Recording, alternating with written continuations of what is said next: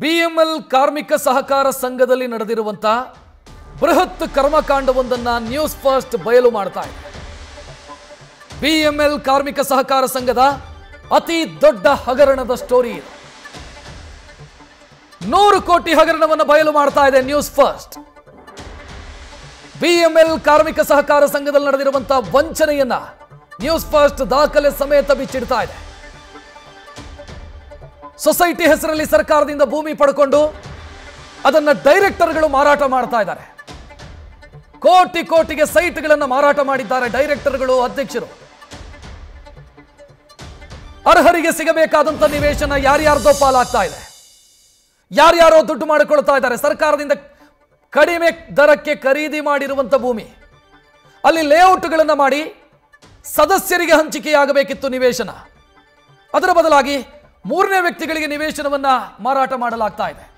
ಕೋಟಿ ಕೋಟಿ ಹಣಕ್ಕೆ ಮಾರಾಟ ಮಾಡಲಾಗ್ತಾ ಇದೆ. ಸಂಘದಿಂದ ನೋಂದಣಿಯಾಗಿರುವಂತ ಭೂಮಿ ಸೈಟ್ಗಳನ್ನ ಅಧ್ಯಕ್ಷರು, ಡೈರೆಕ್ಟರ್ಗಳು ತಮ್ಮ ಹೆಸರಿಗೆ ನೋಂದಣಿ ಮಾಡಿಕೊಂಡಿದ್ದಾರೆ ಮತ್ತು ಆ ಸೈಟ್ಗಳನ್ನ ಉಳಿದವರಿಗೆ ಮಾರಾಟ ಮಾಡ್ತಾ ಇದ್ದಾರೆ. ಸೈಟ್ ಸಿಗತ್ತೆ ಅಂತ ಕಾಯ್ತಾ ಇರುವಂತ ಅರ್ಹ ಫಲಾನುಭವಿಗಳು ಸದ್ಯ ಆಕಾಶ ನೋಡ್ತಿದ್ದಾರೆ. ಇವತ್ತು ಸಿಗತ್ತೆ, ನಾಳೆ ಸಿಗತ್ತೆ ಅನ್ನುವಂಥ ನಿರೀಕ್ಷೆಯಲ್ಲಿ. ಬಟ್ ಸೈಟ್ಗಳು ಯಾರ್ಯಾರಿಗೋ ಮಾರಾಟ ಆಗ್ತಿದೆ. ಸಂಘದ ಅಧ್ಯಕ್ಷರುಗಳು ಅಂದ್ರೆ ಕಾಲ ಕಾಲಕ್ಕೆ ಅಧ್ಯಕ್ಷರಿಗೂ ಬದಲಾಗಿದ್ದಾರೆ. ಡೈರೆಕ್ಟರ್ಗಳು ಇವರೆಲ್ಲ ಸೇರಿಕೊಂಡು ಈ ದೋಖಾ ಮಾಡಿದ್ದಾರೆ. ಈ ವಂಚನೆಯ ಒಟ್ಟು ಮೊತ್ತ 100 ಕೋಟಿ ಅನ್ನೋದು ಗಮನಿಸಬೇಕಾದಂತ ವಿಚಾರ. ಇನ್ನಷ್ಟು ಸೈಟ್ಗಳನ್ನು ತಮ್ಮ ಹೆಸರಿಗೆ ರಿಜಿಸ್ಟರ್ ಮಾಡ್ಕೊಂಡಿಟ್ಟಿದ್ದಾರೆ. ಇವತ್ತೋ ನಾಳೆಯೋ ಅದನ್ನು ಕೂಡ ಮಾರಾಟ ಮಾಡ್ತಾರೆ. ಸದಸ್ಯರು ನಿವೇಶನದ ನಿರೀಕ್ಷೆಯಲ್ಲಿ, ಬಟ್ ನಿವೇಶನ ಮಾರಾಟ ಆಗ್ತಾ ಇರೋದು ಇನ್ಯಾರಿಗೋ.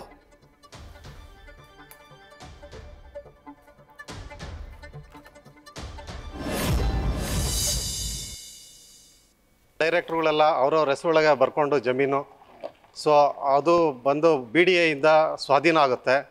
ಆ BDA ಸ್ವಾಧೀನ ಆದಮೇಲೆ 2011ರಲ್ಲಿ ಒಂದು ಕರ್ನಾಟಕ ರಾಜ್ಯ ಸರ್ಕಾರ ಬಂದುಬಿಟ್ಟು ನಮಗೆ ಒಂದು 40-60 ರೇಷಿಯೋಗೆ ಕೊಡಬೇಕು ಅಂತಂದು ಒಂದು ಆರ್ಡ್ರ್ ಆಗುತ್ತೆ.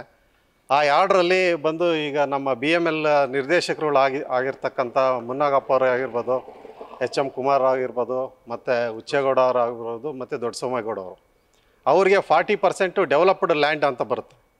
ಅಂದರೆ 1 ಎಕರೆಗೆ ಒಂದು 8 ಸೈಟು ಬರುತ್ತೆ. ಆಮೇಲೆ ಅದು ಬಂದು ಈಗ ನಮ್ಮ ಟೋಟಲ್ಲು ಅರ್ಕಾವತಿ ಲೇಔಟಲ್ಲಿ ಬಂದು 78 ಎಕರೆ 1.5 ಗುಂಟೆ ಜಮೀನು BD ಅಕ್ವಿಷನ್ ಆಗಿರುತ್ತೆ. ಆಲ್ಮೋಸ್ಟ್ ನಮಗೆ ಒಂದು 600 to 650 ಸೈಟ್ಸ್ ಬರುತ್ತೆ. ಆದರೂ ಕೂಡ ನಮ್ಮಲ್ಲಿರ್ತಕ್ಕಂಥದ್ದು ಇವಾಗ 326 ಜನ ಆಗಿದ್ದೀವಿ. 326 ಜನದಲ್ಲಿ ಸುಮಾರು ಒಂದು 90-95 ಜನಕ್ಕೆ ಸೈಟ್ ಬಂದಿದೆ. ಇನ್ನು ಒಂದು 220 ಜನಕ್ಕೆ ಸೈಟುಗಳು ಬಂದಿಲ್ಲ.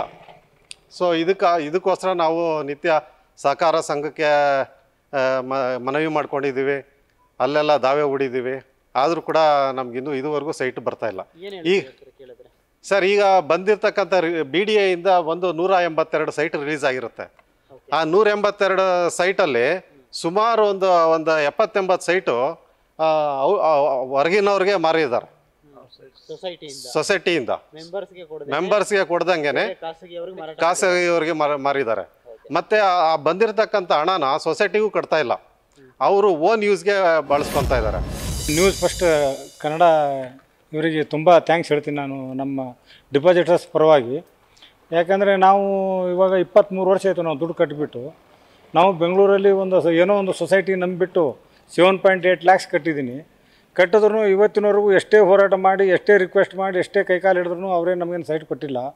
ಅವರು ಮುನ್ನಾಗಪ್ಪ ಅವರಾಗಲಿ, ಮತ್ತು ಹುಚ್ಚೇಗೌಡರಾಗಲಿ, ದೊಡ್ಡಸಮೇಗೌಡರಾಗಲಿ, ಈಗ ಮೇನು HM ಕುಮಾರ್ ಅವರಾಗಲಿ, ಇವರು ತಮ್ಮ ಸ್ವಾರ್ಥಕ್ಕಾಗಿ ಎಲ್ಲನೂ ಮಾರ್ತಾ ಇದ್ದಾರೆ. ಮಾರಿದ್ರೂ ನಮಗೆ ನಮ್ಮ ಜನಕ್ಕೆ ಸ್ವಲ್ಪ ಜನಕ್ಕೆ ಕೊಟ್ಟಿದ್ದಾರೆ. ಆದ್ರೂ ಕೊಟ್ಟರು ಅವ್ರಿಗೆ ಯಾವ ಖಾತಾನೂ ಇಲ್ಲ, ಯಾವುದೂ ಇಲ್ಲ, ಯಾವುದೂ ಏನೋ ಆಗೋಕ್ಕೆ ಅದು ಚಾನ್ಸಸ್ಸೇ ಇಲ್ಲ. ಆ ಥರ ಅವರಿಗೆ ಒಂದು ಬ್ಲಾಕ್ನಲ್ಲಿಟ್ಟು ಅವ್ರಿಗೆ ಕೊಟ್ಟಿದ್ದಾರೆ. ಆದರೆ ಇವಾಗ ಸಾಕಷ್ಟು ಲ್ಯಾಂಡ್ ಇದೆ. ಈಗ ಮಿನಿಮಮ್ ಇಲ್ಲಾಂದ್ರೂ ಬೇಕಾದಷ್ಟು ಲ್ಯಾಂಡ್ ಇದೆ, ಇನ್ನೂ ಸಾಕಷ್ಟು ಉಳಿಯುತ್ತೆ. ಉಳಿದ್ರೂ ಸಹಿತ ನಮಗೆ ಕೊಡೋಕೆ ಅವ್ರಿಗೆ ಇಷ್ಟ ಇಲ್ಲ. ಈಗ ಅವ್ರು ಸ್ವಂತಕ್ಕಾಗಿ ತಮ್ಮ ತಂದೆ ಹಣ ಅಂತೇಳಿಬಿಟ್ಟು ಪರ್ಚೇಸ್ ಮಾಡಿದ್ದೀನಿ ಅಂತೇಳಿಬಿಟ್ಟು ಅವರೆಲ್ಲ ಮಾರ್ಕೋತಾ ಇದ್ದಾರೆ. ಇದು ಮಾರೋದು ಎಷ್ಟರ ಮಟ್ಟಿಗೆ ಅವರಿಗೆ ಒಳ್ಳೇದು ಅನಿಸುತ್ತೋ ಗೊತ್ತಿಲ್ಲ. ಅದರಂತೆಯೇ ನಮ್ಮ ಮಿನಿಸ್ಟರ್ ರಾಜಣ್ಣವ್ರೂ 69 ಎನ್ಕ್ವೈರಿ ಆದ್ರೂ ರಿಜಿಸ್ಟ್ರ್ ಅವರು ಎನ್ಕ್ವೈರಿ ಮಾಡಿ ಕಳಿಸಿದ್ರು ಸಹಿತ ಅದನ್ನು ರಿಜೆಕ್ಟ್ ಮಾಡಿಬಿಟ್ಟು ಮತ್ತೆ ಎನ್ಕ್ವೈರಿ ಮಾಡಂತೇಳಿ ಕಳಿಸಿದ್ದಾರೆ. ಇವತ್ತಿನ ಒಂದು ಸಹಕಾರ ಮಿನಿಸ್ಟ್ರಿಗೂ ನಾವು ತುಂಬ ರಿಕ್ವೆಸ್ಟ್ ಮಾಡ್ತೀವಿ, ಇದನ್ನು ಹಿಂಪಡೆದು ಬಿಟ್ಟು ಅವರಿಗೆ ಒಳ್ಳೆ ರೀತಿಯಿಂದ ಒಂದು ವಿಚಾರ ಮಾಡ್ಬೇಕಂತ ಹೇಳಿಬಿಟ್ಟು ಒಂದು ಕಾನೂನುಬದ್ಧವಾಗಿ ಬಡವರಿಗೆ ನ್ಯಾಯ ಕೊಡಿಸ್ಬೇಕಂತ ಹೇಳಿಬಿಟ್ಟು ಸಹಕಾರ ಮಿನಿಸ್ಟ್ರಿಗೆ ಕೈ ಮುಗಿದು ಕೇಳ್ಕೊತೀವಿ ಸರ್. ಹೆಚ್ಚಿನ ಡೀಟೇಲ್ ನೀಡೋದಕ್ಕೆ ನಮ್ಮ ಪ್ರತಿನಿಧಿ ರಘುಪಾಲ್ ನೇರ ಸಂಪರ್ಕದಲ್ಲಿ. ರಘುಪಾಲ್, ಈಗ ಕಾರ್ಮಿಕರ ಸಂಘದ ಹೆಸರಿನಲ್ಲಿ ನೋಂದಣಿಯಾಗಿರುವಂಥ ಲೇಔಟ್ ಅಂತಂದರೆ ಕಾರ್ಮಿಕರು ಮೊದಲ ಆದ್ಯತೆ ಆಗಬೇಕು. ಬಟ್ ಹೊರಗಿನವರಿಗೆ ಮಾರಾಟ ಮಾಡ್ತಾರೆ ಮತ್ತು ಅದನ್ನು ಪರ್ಸನಲ್ ಕೆಲಸಕ್ಕೆ ಬಳಸಿಕೊಳ್ತಾರೆ ಅಂತಂದರೆ ಹೆಂಗೆ ಸಾಧ್ಯ? ಇದು ಯಾವ ರೀತಿಯಾಗಿದೆ ವಂಚನೆ? ರಕ್ಷತ್, ಇದು BEML ಲೇಔಟ್ನಲ್ಲಿ ನಡೆದಿರುವಂತಹ ಅತಿ ದೊಡ್ಡ ಹಗರಣ, ನೂರಾರು ಕೋಟಿ ರೂಪಾಯಿ ಹಗರಣ ಅಂದ್ರೂ ಕೂಡ ತಪ್ಪಾಗಲಾರ್ದು.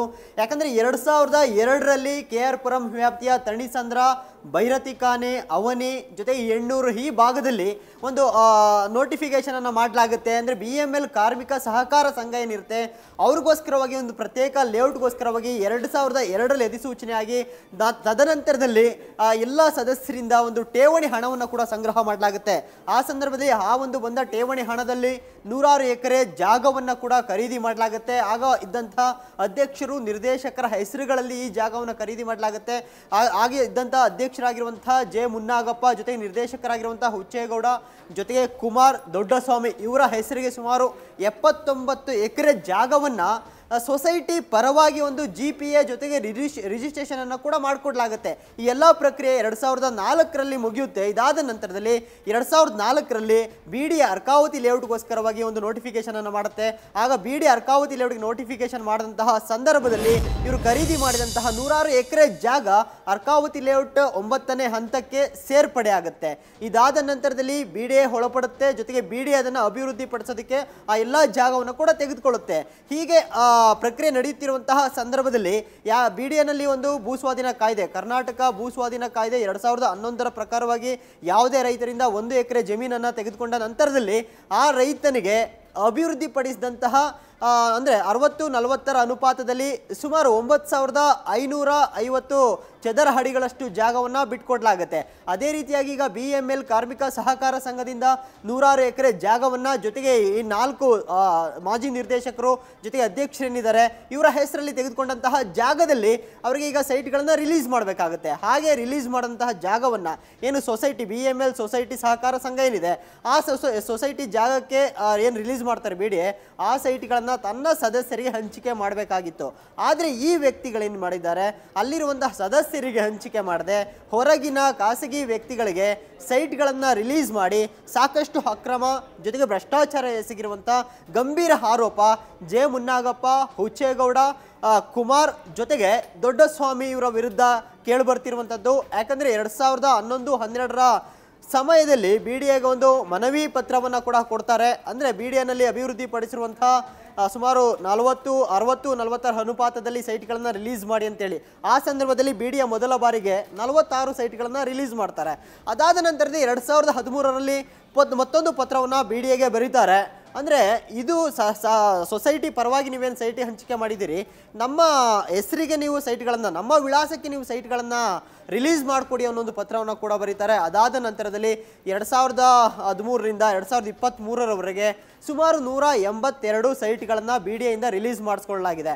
ಆದರೆ ಈ 182 ಸೈಟ್ಗಳನ್ನು ಕೂಡ ಯಾರೆಲ್ಲ 2002ರಿಂದ ಸೈಟ್ಗಳಿಗೋಸ್ಕರವಾಗಿ ಆ ಕಾರ್ಮಿಕರು ಹೂಡಿಕೆ ಮಾಡಿರ್ತಾರೆ ಆ ಸದಸ್ಯರಿಗೆ ಅರ್ಹರಿಗೆ ಸೈಟ್ಗಳನ್ನು ವಿತರಣೆ ಮಾಡಬೇಕಾಗಿತ್ತು. ಆದರೆ ಇಲ್ಲಿ 4-5 ಜನ ಸೇರಿಕೊಂಡು ತಮ್ಮ ವೈಯಕ್ತಿಕ ಹಿತಾಸಕ್ತಿಗೋಸ್ಕರವಾಗಿ ಖಾಸಗಿಯವರಿಗೆ ಕೋಟ್ಯಾಂತರ ರೂಪಾಯಿಗೆ ಪ್ರತಿ ಸೈಟ್ಗಳನ್ನು ಮಾರಾಟ ಮಾಡಿ ಭ್ರಷ್ಟಾಚಾರ ಮಾಡಿರುವಂಥದ್ದು. ಇಲ್ಲಿ 2018ರಲ್ಲಿ ನಾಗೇಶ್ ಅಂತ ಅಧ್ಯಕ್ಷರಾಗಿ ನೇಮಕ ಆಗ್ತಾರೆ.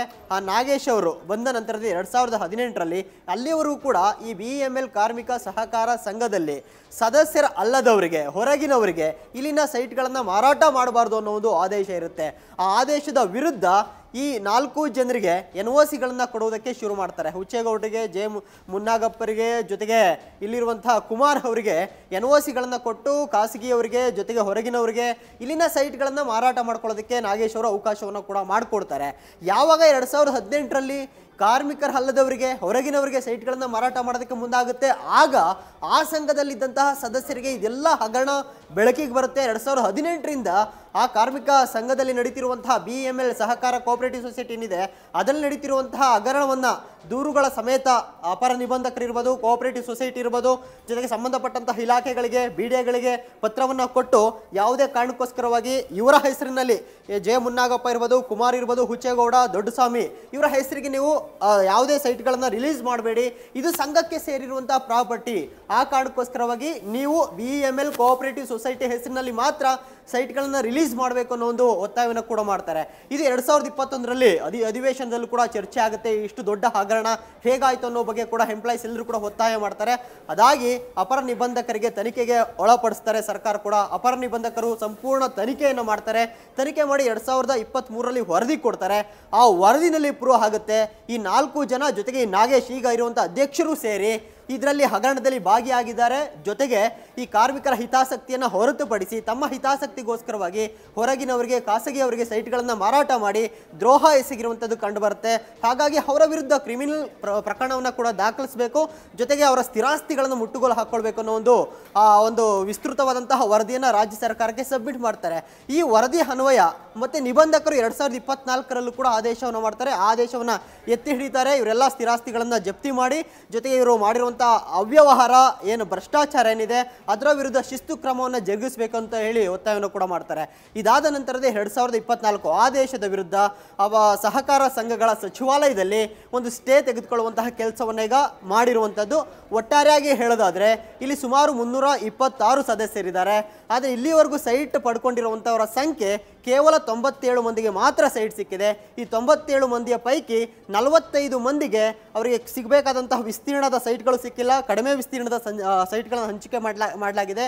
ಇನ್ನೂ ಕೂಡ ಇಲ್ಲಿವರೆಗೆ 229 ಅರ್ಹ ಸದಸ್ಯರಿಗೆ BML ಕಾರ್ಮಿಕ ಸಹಕಾರ ಸಂಘದಲ್ಲಿ ಸೈಟ್ಗಳು ಸಿಕ್ಕಿಲ್ಲ.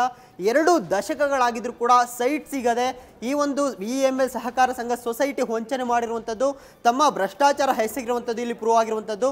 ಪ್ರತಿಯೊಂದು ದಾಖಲೆಗಳು, ಹಿಂಚಿಂಚು ಮಾಹಿತಿ ಕೂಡ ಇದರ ಬಗ್ಗೆ ನ್ಯೂಸ್ ಫಸ್ಟ್ಗೆ ಲಭ್ಯ ಆಗಿರುವಂಥದ್ದು. ರಕ್ಷಿತ್, ಥ್ಯಾಂಕ್ ಯು ರಘುಪಾಲ್ ಮಾಹಿತಿಗೆ. ನ್ಯೂಸ್ ಫಸ್ಟ್ ನಿರ್ಭೀತಿಯಿಂದ ನಿಮ್ಮ ಪರವಾಗಿ.